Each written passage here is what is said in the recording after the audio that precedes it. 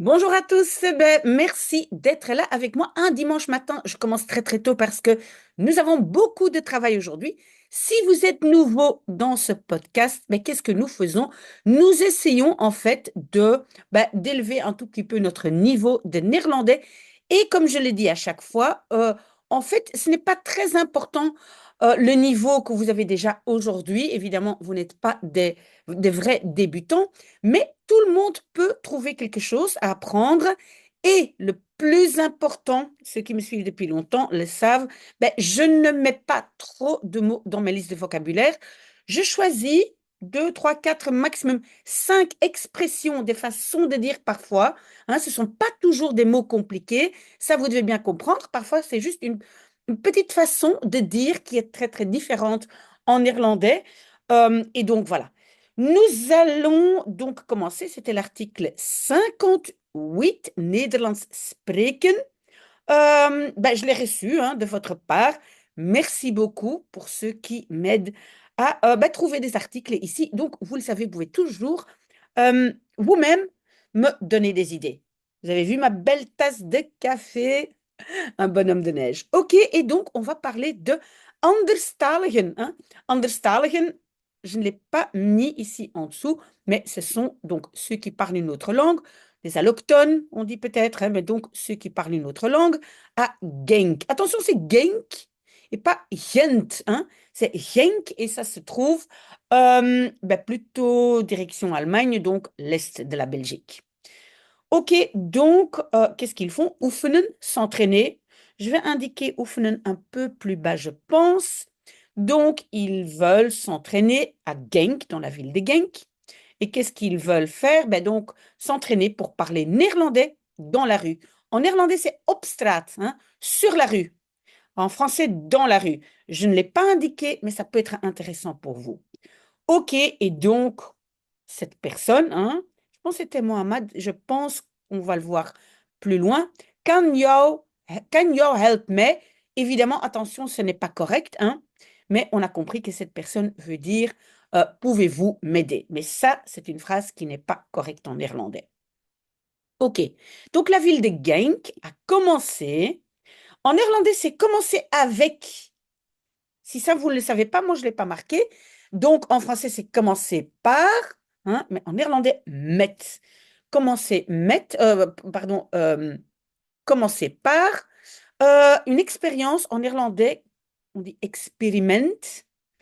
Oui, en fait, j'aurais pu mettre un peu plus de mots, mais donc, attention, en néerlandais, il y a une différence entre expérience, quelque chose que je vis, et expérience, un petit test que je fais, que ce soit scientifique ou pas. Et donc, ça, c'est experiment en néerlandais. Donc, c'est un essai qu'on fait. Et l'expérience, c'est quoi? Donc, les gens qui veulent apprendre le néerlandais, de les laisser s'exercer ou s'entraîner. En français, ici, on va vraiment pas dire laten. Laten est un verbe très, très difficile en néerlandais. Ici, le laten, vous voyez, j'ai mis laisser, mais c'est plutôt faire. Donc, les faire parler, les faire s'entraîner, hein, faire de sorte à ce que. Idéalement, si c'est compliqué pour vous, vous mettez une petite phrase, hein. Donc, vous mettez dans votre liste de vocabulaire, je moet ze laten oefenen. Il faut les faire s'entraîner. Je moet ze laten oefenen. OK? Dans, par exemple, des magasins et ne plus dans la classe. Les étudiants portent un badge, waardoor. Hein? Et donc, c'est le verbe door. Vous savez que, et ça va revenir plusieurs fois aujourd'hui. On a donc les adverbes pronominaux. Vous pouvez regarder la vidéo que j'ai faite. Et donc, les adverbes pronominaux, c'est quoi? C'est que la préposition ne reste pas seule. Je mets devant quoi? Waar, daar ou hier. Hein? Ici, c'est un pronom relatif. Donc, ça veut dire, ça fait référence au batch. Et donc, je vais mettre waar. Donc, je vais traduire ça comment? Ici, j'ai mis par lesquels, hein, les batchs, par lesquels. Ah, mais en fait, c'est singulier batch. Donc, j'aurais dû mettre par lequel, grâce auquel, les marchands, hein, ceux qui ont un magasin, hein, winkeliers, les marchands, les reconnaissent directement, immédiatement. Donc, attention, le waardoor, ça aussi, vous pouvez mettre dans la liste de vocabulaire un badge waardoor ze hen herkennen, par exemple. OK? Et donc, verder helpen, hein, il continue à les aider in eenvoudig Nederlands en utilisant un néerlandais simple. Oui, simple, peut-être vous le savez déjà. On peut dire simple, hein, simple Nederlands ou eenvoudig Nederlands. Mais pourquoi j'ai mis le mot verder? Verder est une particule séparable. Je colle verder à beaucoup de verbes et ça veut toujours dire donc, moi, j'ai mis une continuité. Ça veut dire continuer à. Hein, à partir de maintenant, je vais continuer à les aider, mais en parlant un néerlandais plus simple. OK? Donc, j'espère que vous avez compris l'élément verde. Et comme j'ai déjà dit souvent, en néerlandais, la particule remplace souvent en néerlandais un verbe complet en français. En français, je vais plutôt dire continuer à aider. Et en néerlandais, le continuer va se transformer en particule. On avance parce que je suis encore en train de faire tellement de blabla comme vendredi passé. Je m'en veux un petit peu. Bref, vous êtes très très gentil de m'écouter. Alors, Mohamed, pardon, qui a 25 ans, est, oui, et je dois mettre mes explications en dessous, donc afkomstig uit, originaire de l'Afghanistan et habite déjà depuis 4 ans en Belgique. Maintenant, il est dans le magasin des cadeaux Stip.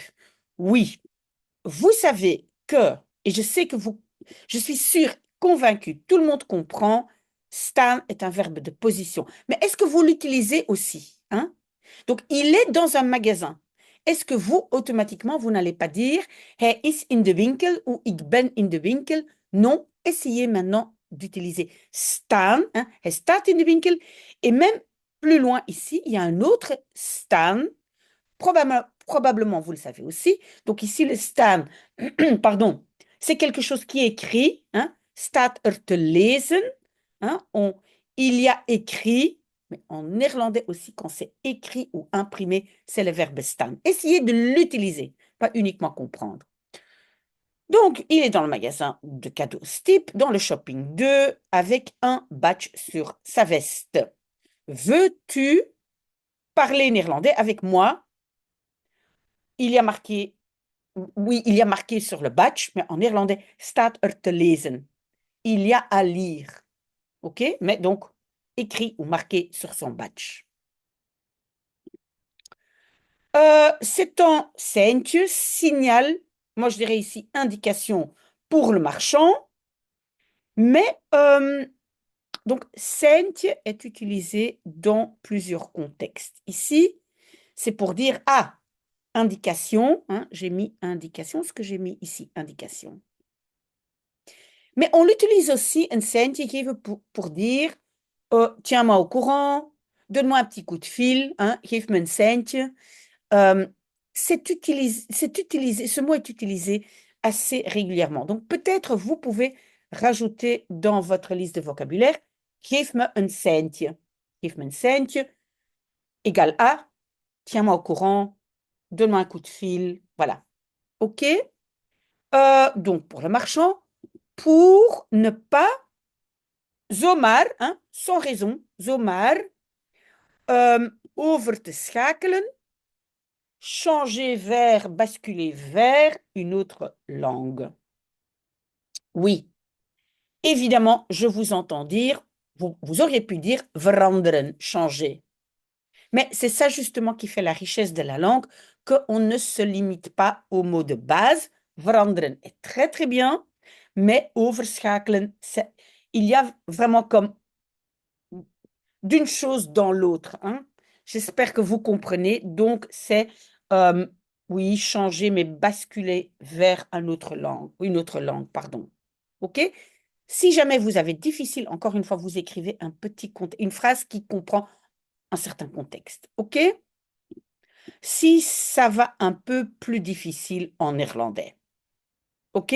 Oui, souvent c'est comme ça, hein. On veut parler une langue et les gens voient que voilà, c'est un peu compliqué, ils changent. Moi, je me rappelle au début quand je voyageais en Suède, hein, j'ai beaucoup de clients suédois, et pour apprendre le suédois, euh, je disais que je ne parlais que, je sais plus ce que je disais, italien, mais une langue que normalement on ne parle pas en Suède, pour que les gens continuent à me parler en suédois, parce que sinon très vite, hein, ils disaient Oh, Do you speak English? Et voilà, et moi je voulais vraiment m'entraîner. Voilà, voilà, ok. Alors, je veux, encore une fois, ça c'est pas une phrase correcte ici, hein. Voilà, c'est Mohamed qui s'exprime et il dit, je veux acheter cette tasse, mais je ne sais pas combien elle coûte. Pouvez-vous m'aider? On laisse tomber parce que ce n'est pas correct, mais donc demande Mohamed, tandis qu'il... Et alors c'est wezen naar. Wezen naar, c'est montrer, hein, souvent montrer du doigt. Mais attention, en néerlandais, il y a un naar. Hein. C'est pas hij wijst de kop. Non, non. Hij wijst naar de kop. Il pointe. En fait, c'est pointer. C'est pas montrer, pointer du doigt. Montrer, pointer. OK, oui, est-ce que je dois... Ben, écoutez, je marque vite. Pointer. OK. Où est-ce que j'en suis? Donc, il pointe vers une tasse de café bleue. Ah, il achète des tasses de café. C'est ce que mes enfants souvent ils font aussi comme cadeau de Noël. Donc, la vendeuse lui répond, duidelijk gearticuleerd. Donc, articuler clairement. Je pense que souvent, vous comprenez très bien, hein, duidelijk gearticuleerd, c'est pas difficile, mais à mon avis, si vous l'utilisez, vous allez dire goed gearticuleerd. Hein. Et goed, oui, on peut dire goed, mais on veut varier et duidelijk, c'est clairement. Donc, rajoutez plutôt duidelijk de temps en temps au lieu de mettre toujours goed. Donc, et lui donne le prix. Oui, ici c'est meegeven. Le mee n'est pas nécessaire. On peut simplement dire geven. OK. La langue est difficile. Pour moi, je veux m'entraîner plus. Hein. Oefenen, je l'ai mis aussi, c'est s'entraîner. Oula, ici j'ai écrit une faute. Ah oui, désolé, il faut deux F. Pas uniquement à l'école, mais aussi avec des gens, raconte Mohamed, in gebroken Nederlands. Donc ça, c'est un néerlandais cassé. J'ai mis ici cassé, mais je pense en français, on va plutôt dire bah, un néerlandais approximatif, n'est-ce pas? Voilà. Donc, gebroken, ça veut dire pas encore tout à fait euh, parfaitement. OK?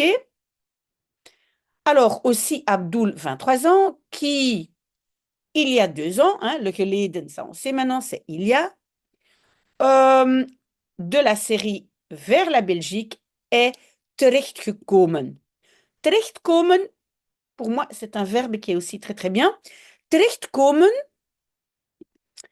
a une connotation de quelque chose de long, difficile, et puis finalement, j'arrive quelque part. Donc moi, je pense en français, on va dire se retrouver. Hein, donc finalement, il s'est retrouvé en Belgique.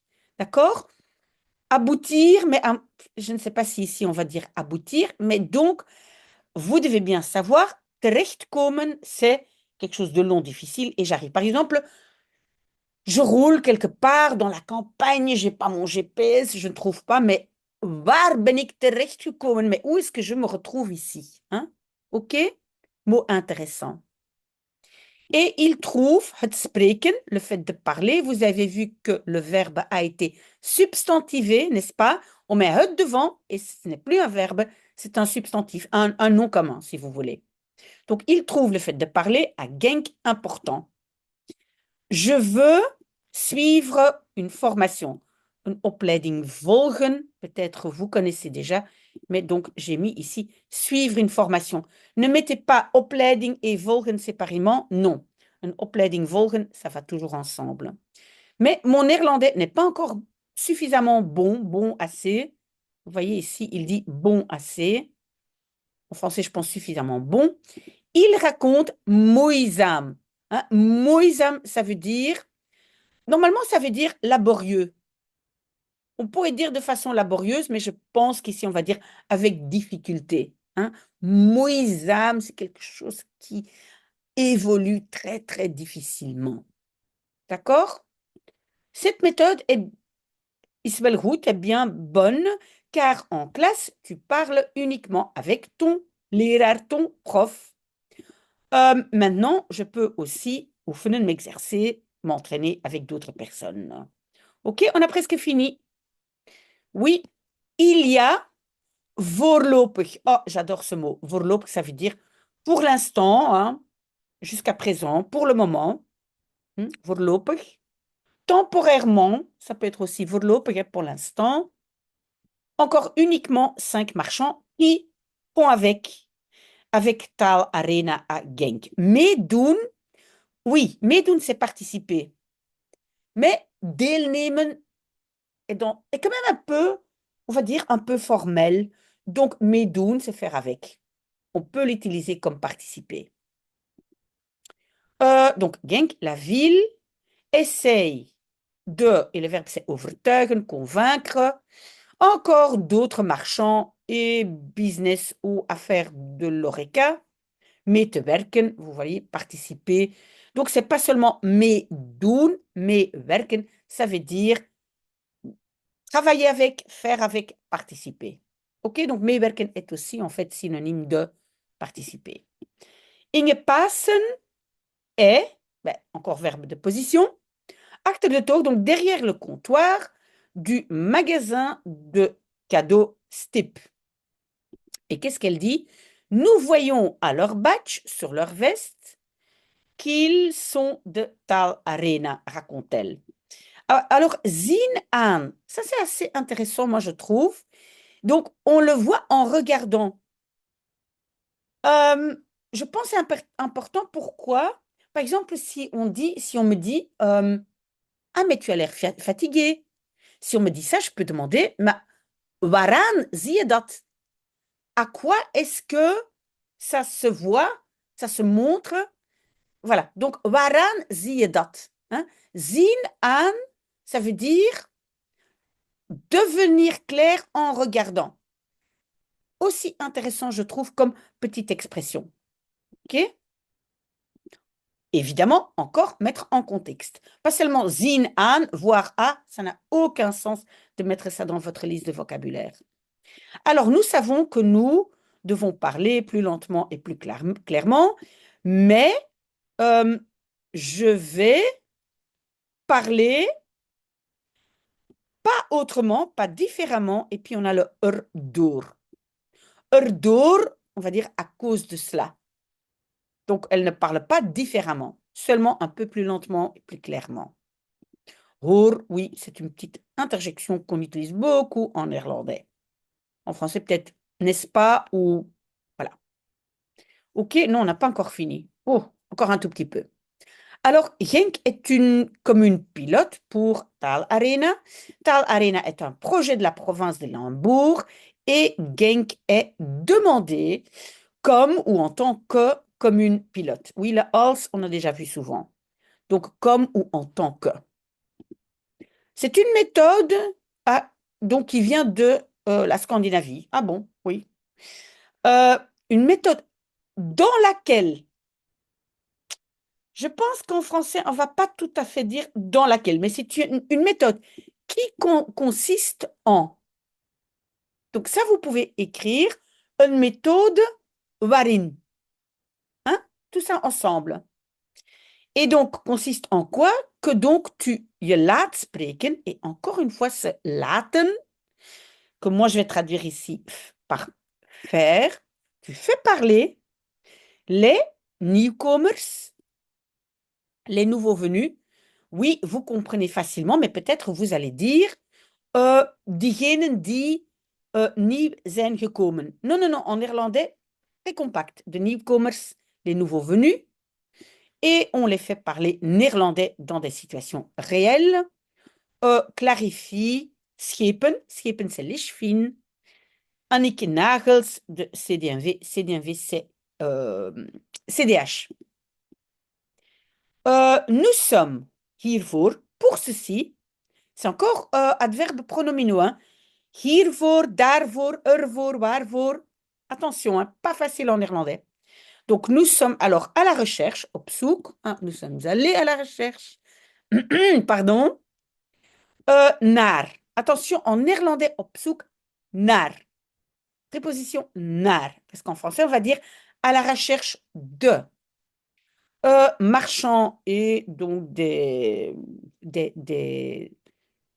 qu'est-ce que je vais dire, des entreprises de l'horeca qui veulent participer hieraan, à ceci. À ceci, oui, la A ne peut pas rester seule. Et pourquoi je mets hier et pas daar ou waar? Parce que c'est à ceci. Quand c'est ceci, c'est hier, cela, daar. OK? Il est fortement, hein, heel erg fortement nécessaire que les gens qui veulent venir habiter et travailler à Genk kunnen spreken, qu'ils puissent parler néerlandais zo snel mogelijk. Et vous voyez, j'ai mis zo mogelijk, aussi que possible. Hein, ça peut être zo groot mogelijk, zo klein mogelijk, zo snel mogelijk, zo traag mogelijk. OK, donc ça aussi, vous notez comme expression. Ainsi, voilà, krijg. Krijgen est aussi un peu difficile parce qu'on dirait, krijgen, normalement, c'est recevoir. Mais peut être aussi obtenir. Donc, tu obtiens un réseau social et, encore une fois, tu obtiens peut-être un meilleur job. Het is, cela est, à tous les égards. Et pour moi, ça, c'est l'expression d'aujourd'hui, in alle opzichten. Ça, fantastique. Notez in alle opzichten, à tous les égards. Même tous les aspects, hein, in alle opzichten. On peut dire, ik ben in alle opzichten voor. Hein, je suis pour in alle opzichten. Notez ça, c'est magnifique. Donc, à tous les égards, c'est meilleur pour te kunnen maken. Hein? Donc, pouvoir te rendre. Ici, maken, c'est rendre. Verstaanbaar, compréhensible.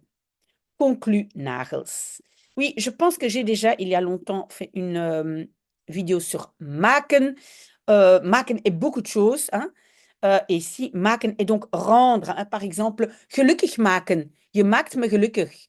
Tu me fais heureux. Mais en français, tu me rends heureux. OK, donc attention à maken. Voilà, j'espère que ça vous a aidé. Merci mille fois d'avoir été avec moi. Ce podcast B2, je trouve qu'il est fantastique. Il y a toujours beaucoup de gens qui sont là avec moi le dimanche matin. C'est pour ça je commence toujours par B2. Et voilà, oui, je dois faire une audition. Et après, je vous donne le devoir. À très, très bientôt. Merci d'avoir été là avec moi. Bon dimanche.